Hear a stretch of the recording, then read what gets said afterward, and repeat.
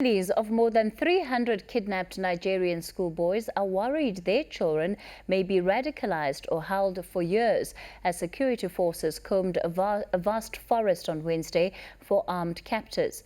Boko Haram has claimed responsibility for the kidnappings and has a history of turning captives into jihadist fighters. Joining us now is the Executive Director of Grow Strong Foundation, Abba Yusuf Tijjani.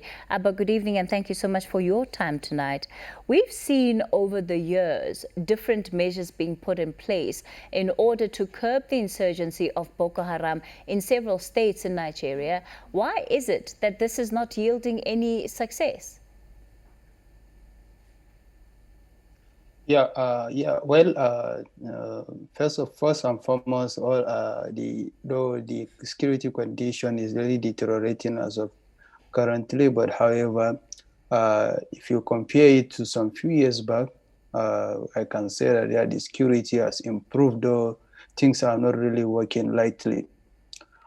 From what I can see, honestly, currently now is mostly the issue of the insecurity have moved from the urban centers into the rural areas, where the so-called Boko Haram insurgency have changed their tactics to attacking soft targets, such as change their strategies to adoption rather than before they attack some few institutions. Yeah, with the recent happening of more than, I think, 300 kids that were being adopted in their schools, it is a very unfortunate event. However, everything is on process. The government are on top of it, and they are busy, based on the information we received from the ground, they were busy negotiating their release soon. So we expect to see we are praying toward it so that they may release further. Why it does not work is two things. Honestly, everything has been put in place. All the strategy has been exhausted. But however, there is need for us to really improve looking at the communication strategy. Most of the techniques Boko Haram use, they use social media propaganda, sharing informations, and through different mediums, as well as looking to recruit their target very easily in the remote areas.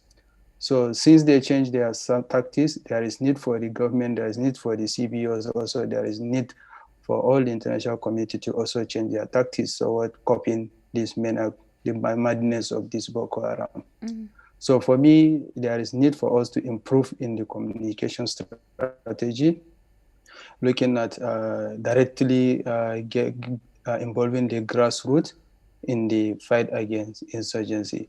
Nigerian communities are now psychologically defeated, but however, physically, we believe that the insurgency has been reduced.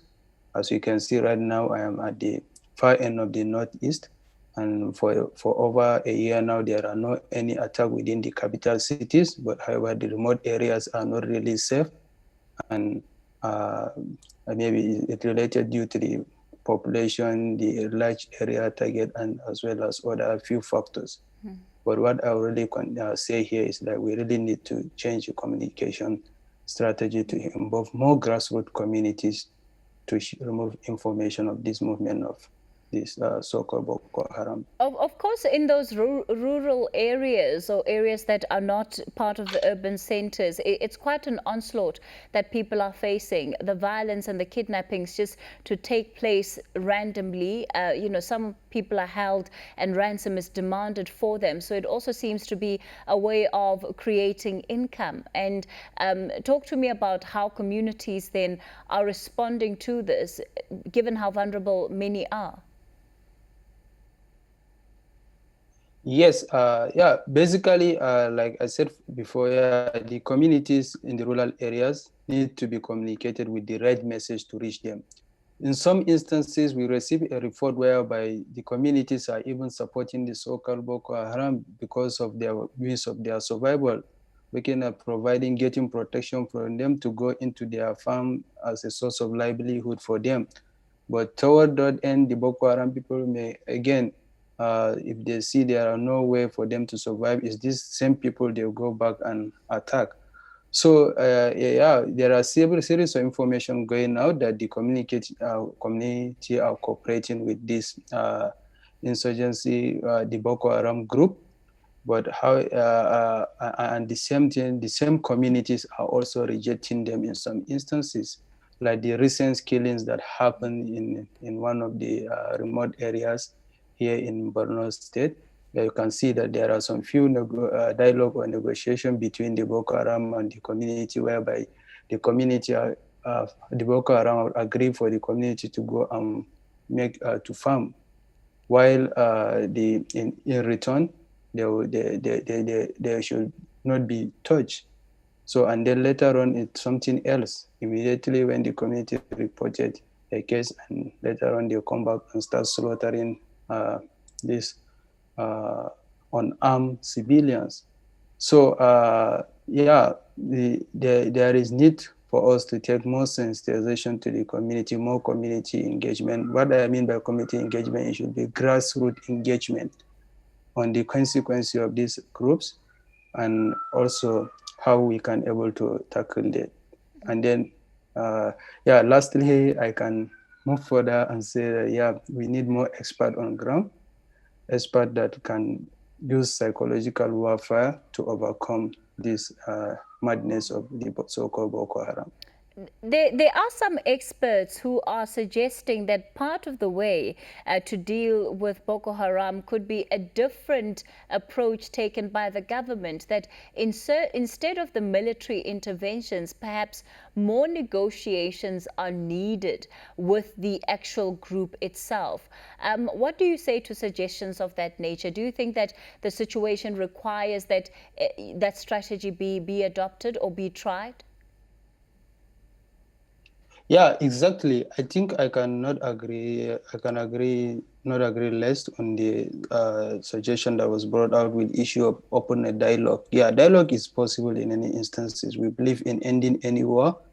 Fire to fire will be very hard to end, but also the option of dialogue is very feasible from what we see from the ground. If the Boko Haram can negotiate with the community people for their economic survival, what if the government have tried open a dialogue, a very evidence-based or a very clear open point where there is more honesty approach, as well as very transparent process for them to sit down in a table to really discuss. But what the government now currently is facing, we believe that I can still say that the Boko Haram is still faceless. There are different groups, there are different people who are claiming to be Boko Haram. Right now, the recent adoption that goes on in the not in the northwest part of the country, you can see that yeah, Boko Haram have claimed responsibility, but in other sense, the Nigerian government is saying is the militant that adopted these children. And from the just released video that we saw, it is a different issue again. So there is possibility of dialogue is possible, negotiation is possible, but the strategy to use here, how and when, is what we are waiting to see. Abba, talk to me about the kind of work that your foundation is doing, especially in a situation such as this. Yes, currently we are doing two work, looking at first the issue of countering violent extremism through the use of community-based mechanism to create awarenesses on preventions of violence, as well as seeing how we can able to reintegrate children that are formally associated with the armed group. We are working hand in hand with UN agencies, INGOs, to see that we integrate this group of children back to their communities and to avoid further any other adoption or recruitment of this group of children. GSF is currently engaging many stakeholders here in the Northeast Nigeria, one in the issue of peace building, in the issue of preventing gender-based violence, as well as successful rehabilitation, reintegration of children that are formerly associated with the conflict back to their communities safely. And we have quite a number of them that we are in our record currently, which we are working to support. to provide the needed support to this group of children. Thank you. All right. Abba Yusuf Tijjani is the Executive Director of the Grow Strong Foundation. Thanks for your time tonight.